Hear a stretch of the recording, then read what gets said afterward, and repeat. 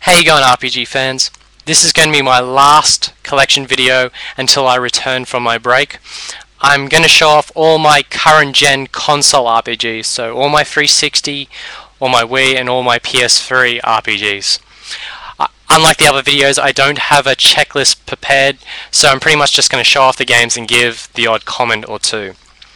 Alright, without further ado, here are my 360 games, and here is Blue Dragon, Infinite Undiscovery, Lost Odyssey. I've said this once, I'll say it a million times. This is without a doubt my favorite RPG of the HD era. It's better than any other 360 game, better than any other Wii game, better than any other PS3 game. This is the single greatest RPG of this generation.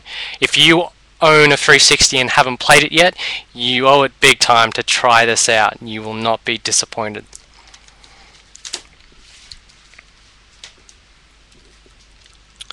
Star Ocean: The Last Hope. And lastly, and very disappointingly, Last Remnant. The game isn't disappointing. What's disappointing is I only got one of the two discs. The guy who sold it to me, the store, which is the biggest second-hand retailer in Australia, they only gave me one disc. Now, either they couldn't find it, or the guy who sold it to them swindled them and only gave them one disc. I returned it, or tried to return it, I should say. When I went there, they pretty much said to me, it's been past 7 days, we can't help you out. And I didn't have a 360 on me until like a week after that, when my nephew came down with his 360 and we put this on, and then it came up, please insert disc 1. There is no disc 1, so I couldn't do anything. So I tried to take it back, and they said they couldn't accept it, but they did try to look for the disc and it wasn't there. So it looks like the guy who sold it to them swindled them and kept disc 1, and I got swindled for paying $19 for an incomplete game. Not happy at all. So hopefully I can find another copy down the track. Alright, here are my Wii RPGs. First up is Dragon Quest Swords, and this is a very underrated game. A lot of people hate this and I don't know why. It's incredibly fun. It's very simplistic, and it blends a very distinct genre I would never ever see into an RPG, and that is the on-rails genre. Usually people put that in, pigeonhole that with light gun games like Time Crisis. Fortunately for me, I love Time Crisis. I love light gun games. The fact they implemented the same style into an RPG where you use the Wiimote to slash your sword is incredibly fun. And I'm a big fan of the Dragon Quest series, so it's an absolute win-win. And the post-game content is extremely fun and challenging. I urge anyone who owns a Wii to give this a go. It's incredibly fun. Final Fantasy Crystal Bearers.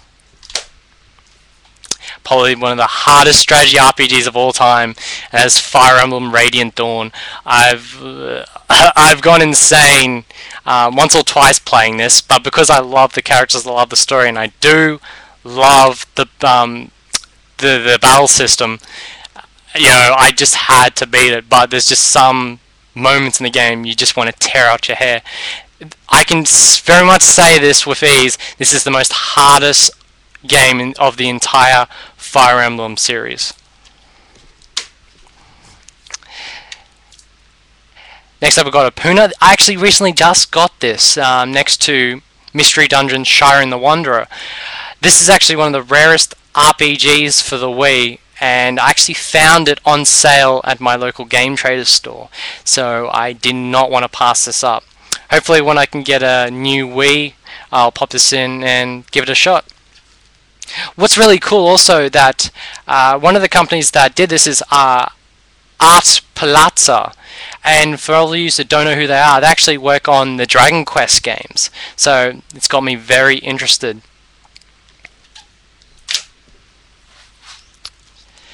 And lastly, I know a lot of people will say this is an RPG, but Legend of Zelda Twilight Princess. I still believe this to be an action RPG, and I know I have a lot of discussions with other people where people say this is an action adventure game. I always come up and say this is an action RPG. I think it's a case of potato. Whatever your fancy is, I won't hold it against you if you think this is an action adventure game. I personally believe it's an action RPG. A really good game, and I'm very glad that I got my Wii at launch and this together. I played this non-stop for a week. Okay, lastly, I've got my PS3 RPGs, and first up is 3D Game Heroes. It's an alright game. I kind of got disappointed with the final stretch of this game. One of the cool things is you can spend hours on end trying to make your hero. Being the crazy East fan I am, I created Adol Kristen, and he looked really awesome, and I named him Adol. So this is kind of like Adol Kristen's unofficial adventure through 3D Game Heroes, and it was excellent until the final dungeon. Next up is the Final Fantasy XIII Collector's Edition. It's actually a very good collector's edition, despite my feelings for the game. I actually am very thankful that I do have it. For one, this is probably the only edition where you have the traditional white background with the Amano artwork in the middle. I don't know why Square Europe would start putting characters on the front. I know in America they usually put characters on the front for their games, but in PAL and Japan we have the very traditional white background with the Amano artwork, and that's what I like to collect when it comes to Final Fantasy games, and I've actually been pretty good with that. I was really worried that it was going to end with 13, but luckily I got this, and it sits nicely with the other games. Next up, a game that makes me cry, Resins Fate. I still haven't got into this. I've been trying so hard, because I know a lot of you guys have been sending me messages to say give this game a chance. Oh boy, do I try to give this game a chance, but just that battle system, infuriates me so much. I will try to play it again, but I can't keep any promises.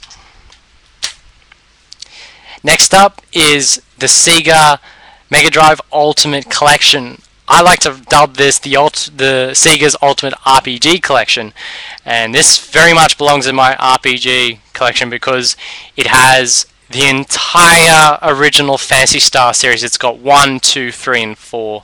That's worth buying this alone. It's worth just buying it alone for that. But you also get the entire Shining games on the Mega Drive. You get Shining in the Darkness, Shining Force, and Shining Force 2. Another reason just to buy this just for that alone. You also get Fatal Labyrinth, which is a roguelike in the same universe as Dragon Crystal. And lastly, you get the Story of 4, which is one of my favorite action RPGs of all time. I still need to beat the second game on the Saturn, but all that combined, it's worth getting this. Oh, I've also forgot to mention, it also has Golden Axe Warrior, which is a very nice, challenging Zelda clone. Definitely got to play it. Definitely urge everyone to pick this up. I believe it's called Sonic's Ultimate Genesis Collection in America, but here it's a Sega Mega Drive Ultimate Collection, and it is awesome. Next up is Star Ocean: The Last Hope. I kind of got burned out on Star Ocean games after finishing number 2. I've liked what I've played of this so far, but I'm just going to wait a couple more months before I dive right into it. Why Not Chronicles? Again, I still need to finish this. I enjoy it. A lot of people don't. It has a lot going for it. I definitely should invest some more game time into it and finally beat it. And the last game is Yakuza III, and it really was my favorite console RPG last year. There was just so much to do, and I think the reason why I like it more is not only was the game good, but I kind of really wished upon everything that this game got released. I signed petitions left, right, and center. I was talking to people, trying to get some hype for the game going, and thankfully they did. They brought the game out. I know a lot of the hardcore fans was very hurt for the fact that they took out a lot of content, but for me it wasn't content that I wouldn't say didn't really care for, but wasn't disappointed if it wasn't there. I just think it's very hypocritical of them that they couldn't put the content in Yakuza 3, even though that content is sort of present in Yakuza 2. So I don't understand that. I think they're trying to make an effort to have that content in Yakuza 4, but it doesn't really bother me. What they did bring out, they brought out the initial story and a lot of the side quests, and it was a blast. I had so much fun playing this game. If you really want a game that's different and offers a lot that's kind of been, I wouldn't say missing, but not present in games, go play Yakuza 3. There's just so much to love about it. Alright, so that's all my current gen games, and this is going to be the last collection video I do for a while. Of course, I haven't had any pickups for a while, so there's not going to be any pickups videos. Pretty much for the rest of the day, I've got 2 more videos I want to upload. It will be uploaded after this video is uploaded. I'm going to record my next video straight up, and after that one's done, I'm going to do my farewell video. So guys, thank you for watching.